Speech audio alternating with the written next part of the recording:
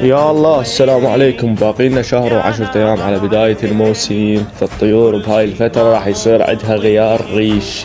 يعني تشوفون الطيور هواي تحك، فلا تخافون. ومو كل شيء يصير بالطير وقلتوا فاش. يعني ذاك اليوم واحد ناشرنا منشور كاتب الطير عندي يحك ويطيح ريشه كلها كاتبت له فاش. اخوان ماكو من هذا الحكي. فالطيور قبل التزاوج يصير عندها غيار ريش، فتبدل ريشها وتستعد للتزاوج.